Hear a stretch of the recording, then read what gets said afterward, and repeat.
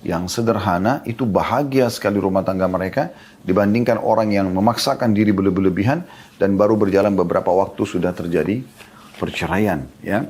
Jadi ini perlu digarisbawahi bahwasanya ini bukan transaksi jual beli, tapi ini adalah ibadah dan kita menjalankan sunnah Nabi alaihi salatu wassalam dalam memberikan mahar kepada kaum wanita.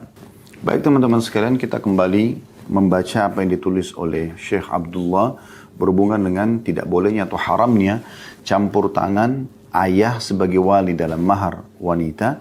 Demikian pula campur tangan saudara terhadap mahar saudarinya. Ya, atau siapapun yang menjadi wali ya di sini. Jadi mereka tidak boleh menjadikan sebagai ajang bisnis, tapi ini adalah ibadah kepada Allah Subhanahu wa taala. Ingat, kalau Anda menjadi penyebab terjadinya satu perbuatan kebaikan, maka Anda akan panen pelaku atau orang-orang yang melaksanakan kebaikan tersebut. Misalnya Anda jadi penyebab dan Anda mudahkan pernikahan, transaksi jual beli, ya apa saja, ya silaturahim keluarga, memperbaiki hubungan yang retak sehingga menjadi baik lagi, maka semuanya itu akan membuat Anda panen pahala yang sangat melimpah setelah itu tentunya ya, setelah mereka atau terjadi perbaikan-perbaikan. Nah ini poin yang harus menjadi inti pemikiran setiap orang yang ingin menjadi atau meraih pahala dari perbuatan baik yang dia tunjukkan atau dia menjadi penyebabnya. Di antaranya pernikahan anak di sini. Dan tidak boleh sekali lagi seseorang menunggangi keadaan-keadaan seperti ini untuk mengambil faedah-faedah. Ya, tentu ini masalah bahasanya panjang ini.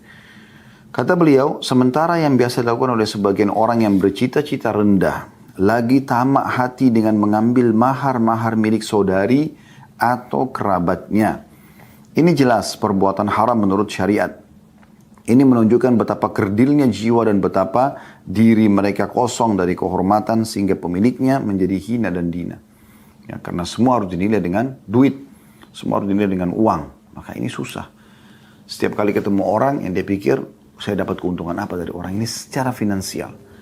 Jadi tidak ada pikiran tentang masalah ukhrawiyahnya. Padahal kita harus dahulukan ukhrawiyah, urusan dunia itu cuma nyusul. Ingat, siapa yang mengejar akhirat, dunianya ikut. Dan siapa yang mengejar dunia, akhiratnya luput. Ya.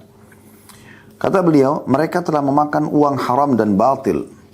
Mereka seolah memberitahukan sendiri bahwa hati mereka itu keras. Ya. Karena wanita adalah makhluk yang lemah jiwa dan akalnya. Maka seyogyanya ayahnya menjaga jangan sampai perasaannya terusik atau hatinya terluka. Karena ia akan keluar dari rumah orang tuanya ke rumah sang suami. Ia akan pindah dari keluarganya menuju keluarga suaminya. Saat pertama kali pindah bisa jadi perasaannya masih sungkan.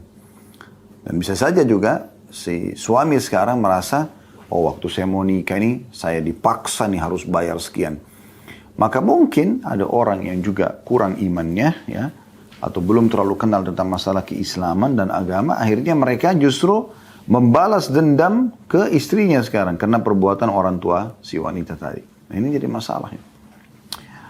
Kata beliau, karena itu Allah Azza wa Jalla memperhatikan kondisi hatinya dengan memberinya hak menerima mahar sebagai kompensasi dari kenikmatan yang dia akan berikan kepada suaminya, di samping suami juga akan memberikan kenikmatan buat dirinya. Itu sungguh merupakan rahmat dari Allah Azza wa Jalla kepada kaum wanita yang lemah. Orang yang bercita-cita tinggi pasti akan mengikuti ajaran Robnya. Di sini tentu kalau ikhwah dan para akhwat kita jangan tersinggung dengan dikatakan kaum wanita yang lemah. Maksudnya di sini bukan lemah secara fisik ya, tapi kondisi yang membuat dia kondisinya lemah. Sebelum nikah dia bergantung pada ayahnya. Setelah menikah dia bergantung pada suaminya. Ya, jadi ini harus betul-betul ya diletakkan pada tempat yang tepat. Makanya Allah menjaga hak mereka.